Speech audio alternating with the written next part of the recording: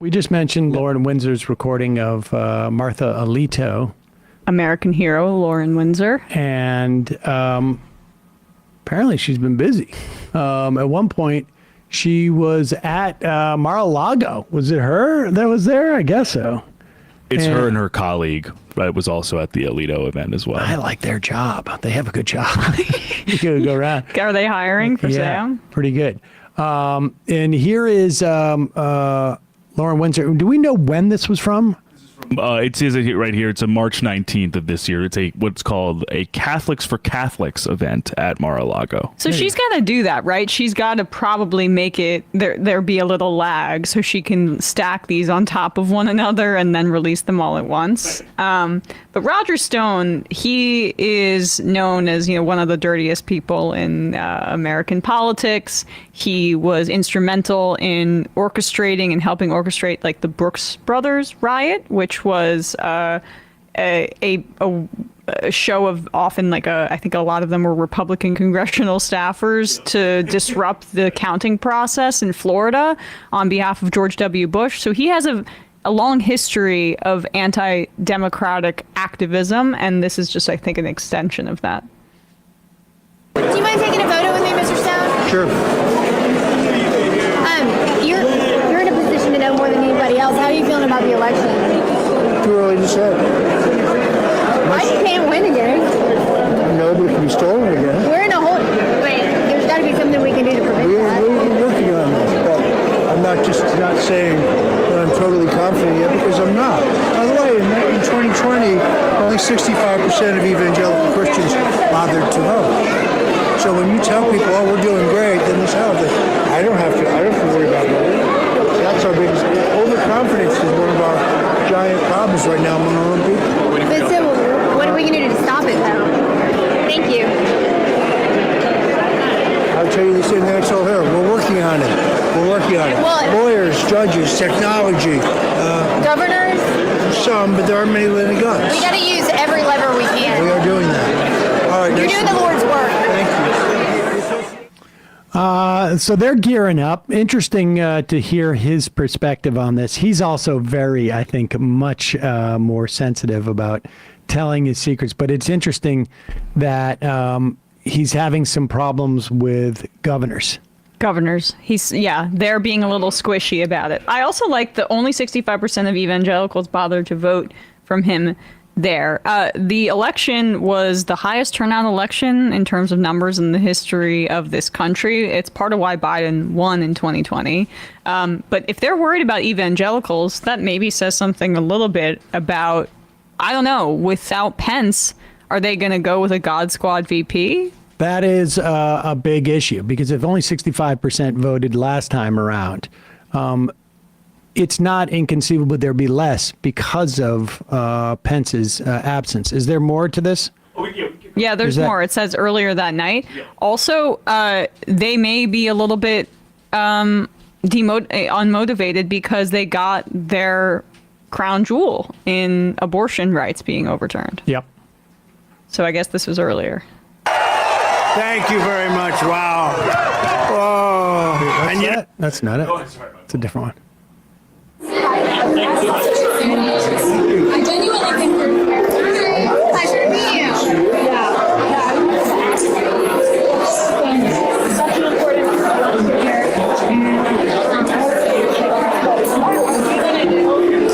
I'm saying, what are we going to do this election? Because the Democrats stole it last time. Yes, between now and then, we're going to work very hard and very smart to try to make sure that doesn't happen.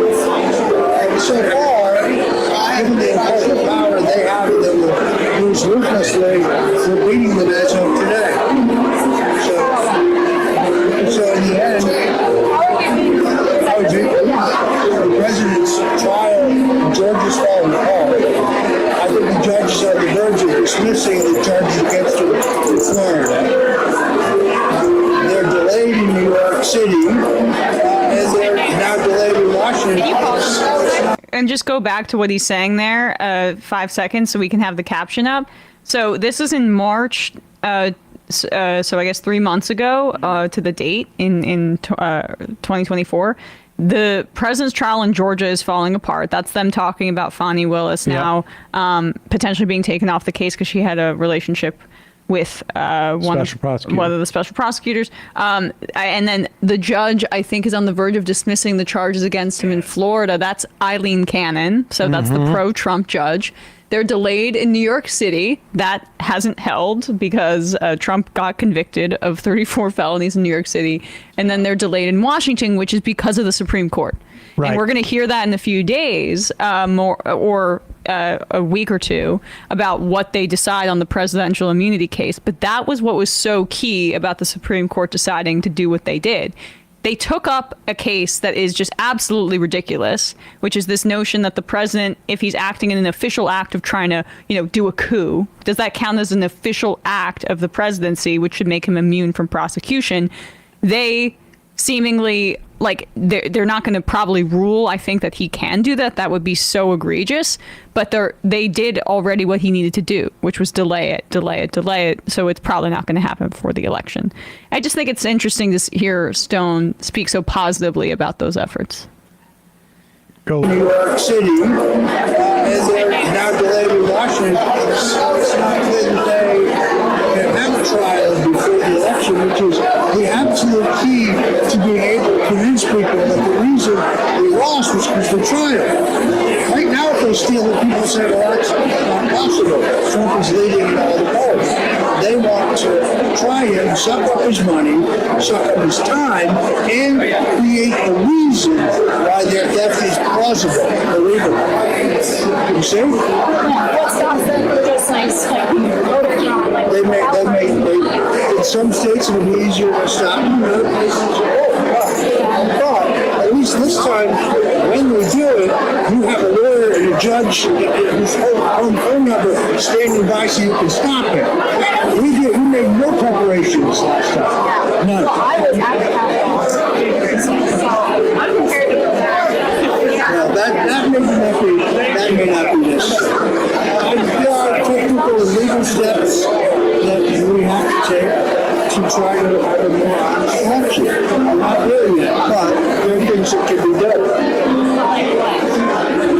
It's a long conversation. I'm looking at changes in state law, real-time voterless monitoring, going to court as we just did to challenge some of the voterless. The election's not tomorrow. You challenge, we're ready to court to sue in Michigan. All right, he's talking about all of their the so-called lawfare that they're engaging in and getting geared up, and the idea that they have the home phone numbers of certain judges in certain states. I imagine that they have focused on key counties. I mean, look, we're talking, how many votes over the,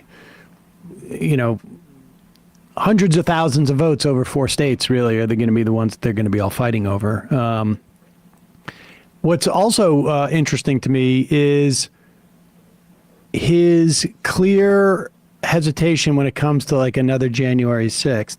And I would imagine it's because there's a difference when you don't control the levers of power when you pull something like that than you do.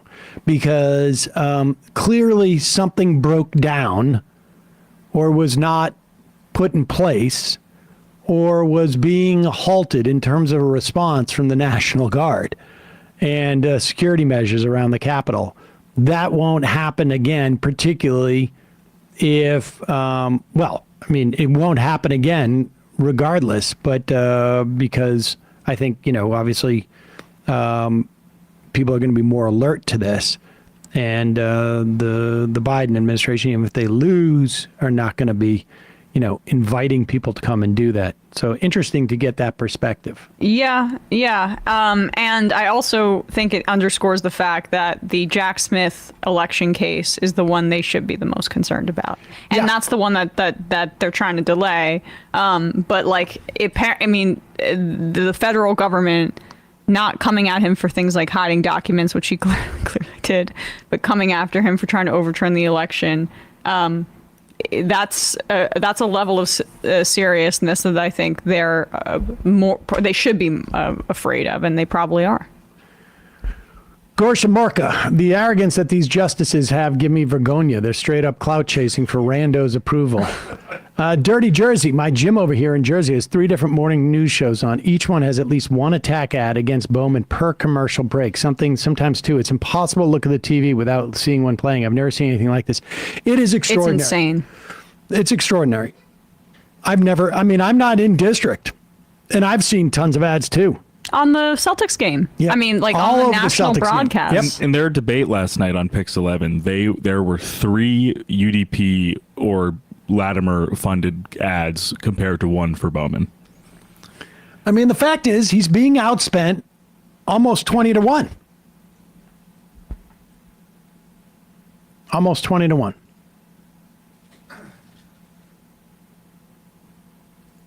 Mr. Papp says, well, you're checking flag submission emails. Look for flags in the subject line.